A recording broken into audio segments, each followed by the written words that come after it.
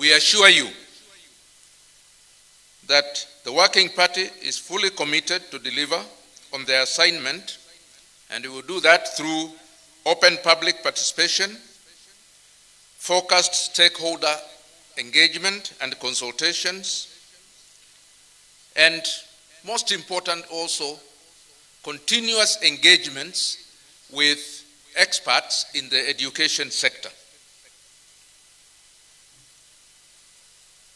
To my distinguished colleagues in the Presidential Working Party, we have been called upon to collectively and individually invest our emotional and intellectual capacity to deliver on this very major assignment. This noble task of serving the country through the Working Party calls for sacrifice of our time and commitment, especially with respect to the time constraints that we have been given. Let me call upon you and upon us, all of us, that we should approach this task with open mind. We should have listening ear. We should have empathy in our hearts as we engage the public and the stakeholders of diverse backgrounds, so that whatever recommendations we deliver will be jointly and collectively owned by all parties. I also challenge ourselves as a team to remain objective in the course of our work, and let us uphold honesty, integrity, confidentiality as we discharge our responsibility under this assignment, because it's a major assignment. Our appointment comes at a time when the country is implementing competence-based curriculum. Consequently, we should benefit from the findings of previous presidential working commissions, task forces, and so on, which Abdi has taken us through. So we are not beginning from zero. There is data, there is information, there is evidence that is available, which as a team we can begin with. We will therefore need to consult the reports of the previous teams, as well as any policy papers and reports by various agencies in the sector. And allow me really to call upon the respective agencies that are represented here in the ministry, the chairman of the boards and so on, and CEOs, for their full support and to enable the Working Party deliver on its mandate within the given time. So we will approach you, and really ours is to request you please to engage with us, supply whatever that information that we need so that we can deliver within the time. Your Excellency, in the coming days, we will issue a call for public views, and we will also share a stakeholder engagement program for submissions that shall inform the Working Party in the execution of its mandate. That will be done next week. We want to assure the country that the Working Party plans to visit and to wish God's blessings upon all of you. It is now my pleasure, very distinguished and very humble duty, Max.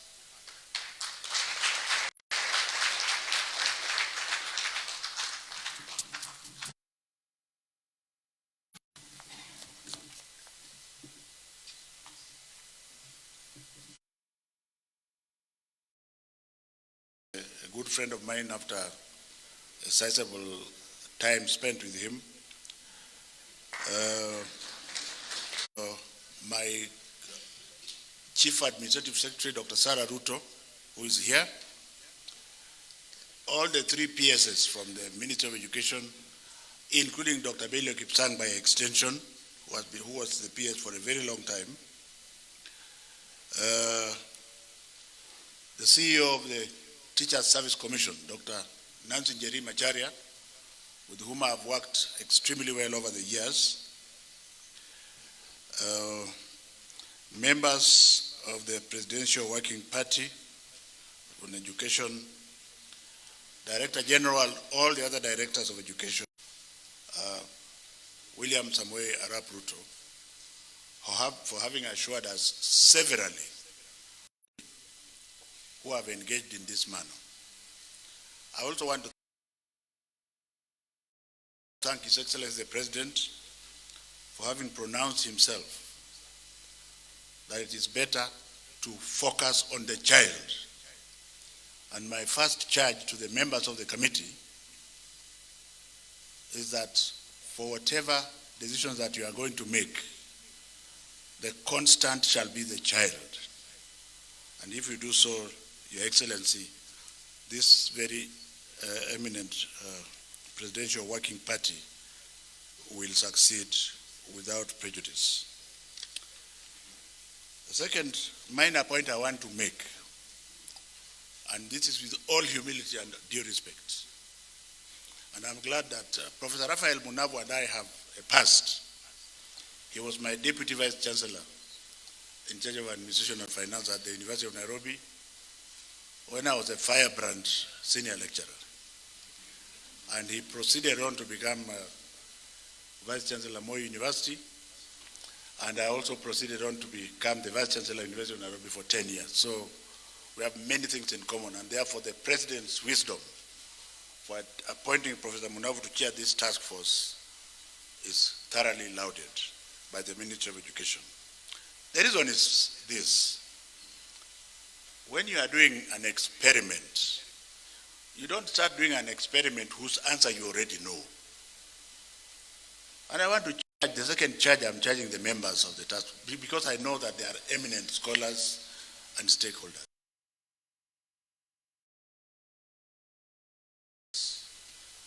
In order to assist His Excellency the President in doing what he has to do, more specifically with the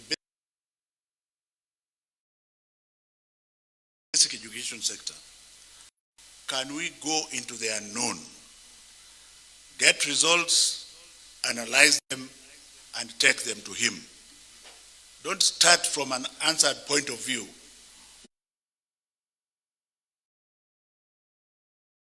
Where now you are working from what you want to bring to him. You shall not have helped him.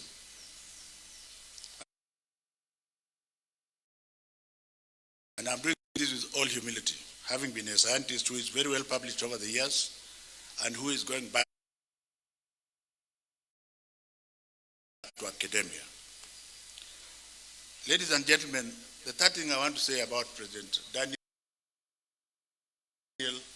President William Samoei, President William, you can understand why, because the other one was there for 24 years.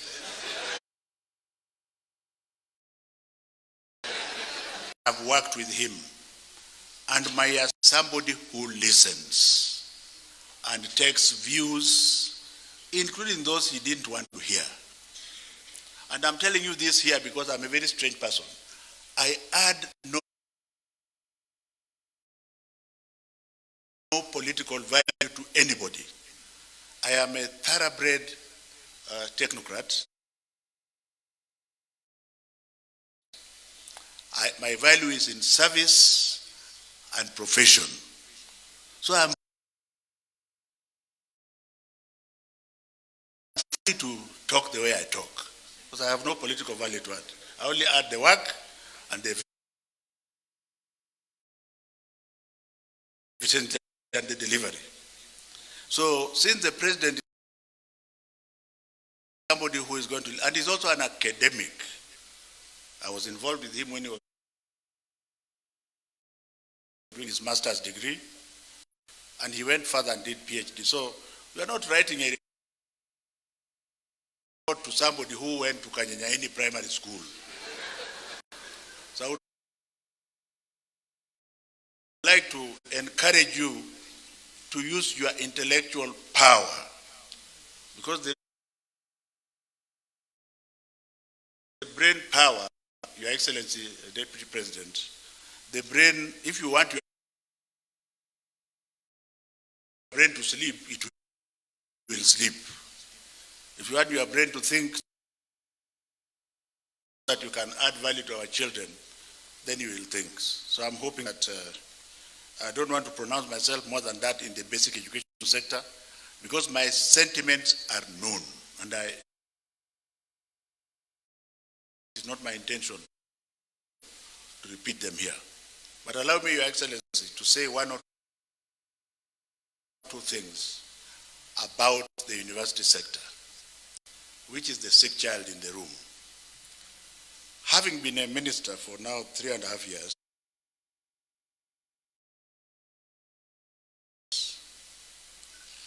I have found out that since the government was not reorganized, it is still one minister, the basic education sector takes 85% of the time. And therefore, university and TVET share the remaining 15%. And that has allowed all Kamaus and Onyangos to be experts in university matters. Even people who don't know anything about universities.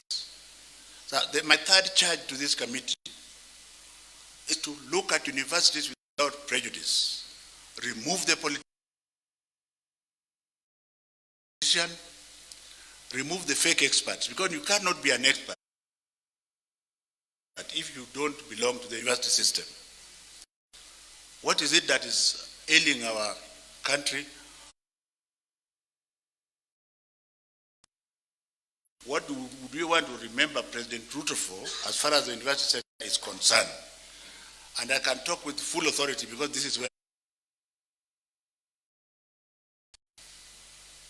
If you go to the Oxfords of this world, a single university with 38 colleges. Are we together? Single university with 38 colleges across the country.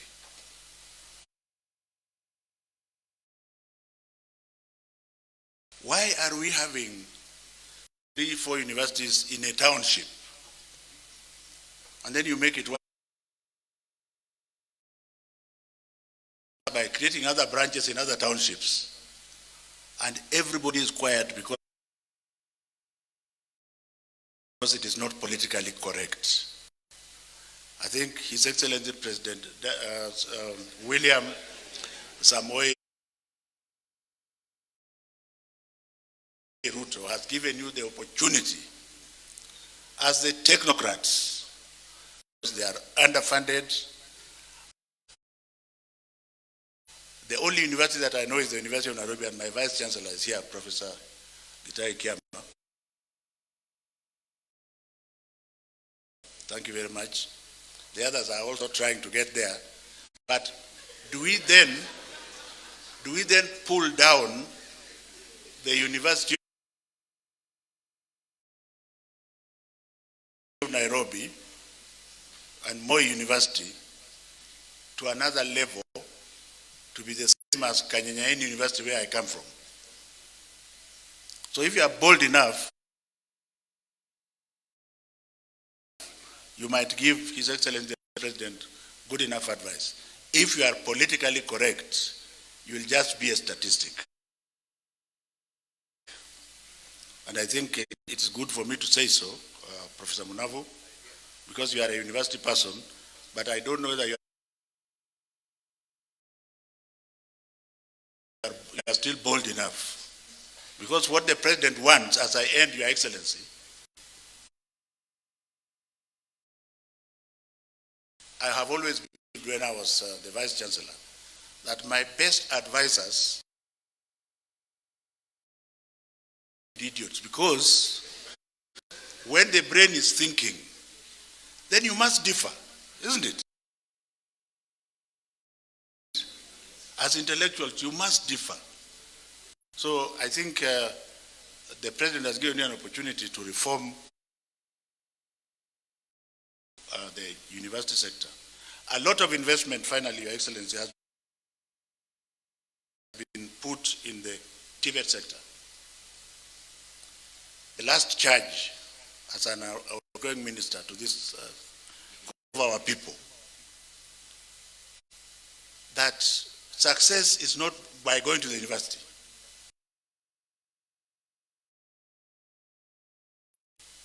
What are you going to do? What recommendations are you going to give to government to actualize what they already started anyway, because they expanded the sector and they are giving help loans to the sector? And you are taking me to an area I didn't want to mention, but let me just say that I hope you are not even thinking of combining universities. We should be intelligent enough to know that what government should be doing eventually is providing Kamau and Njoroge from Kanyanyaini with 20 shillings. And Kamau and Njoroge will then say, no, I am going to this university. And we make sure that the Kamau has gone to that university. Because government has already started funding the TVETs with help money. So help is already bigger than universities. Are we together here? That's a personal opinion which you can take to the toilet, but it's coming from a professor who has run, starting with that 22-story tower. So I want to wish you the very best, and to say that for the period that I'm here, because it's like the president has allowed us to work for another 2 months, and we want to thank him, because for that period we are still the CS, and we work together. And if there is any help that you require, because there is never a vacuum in government. Are we together?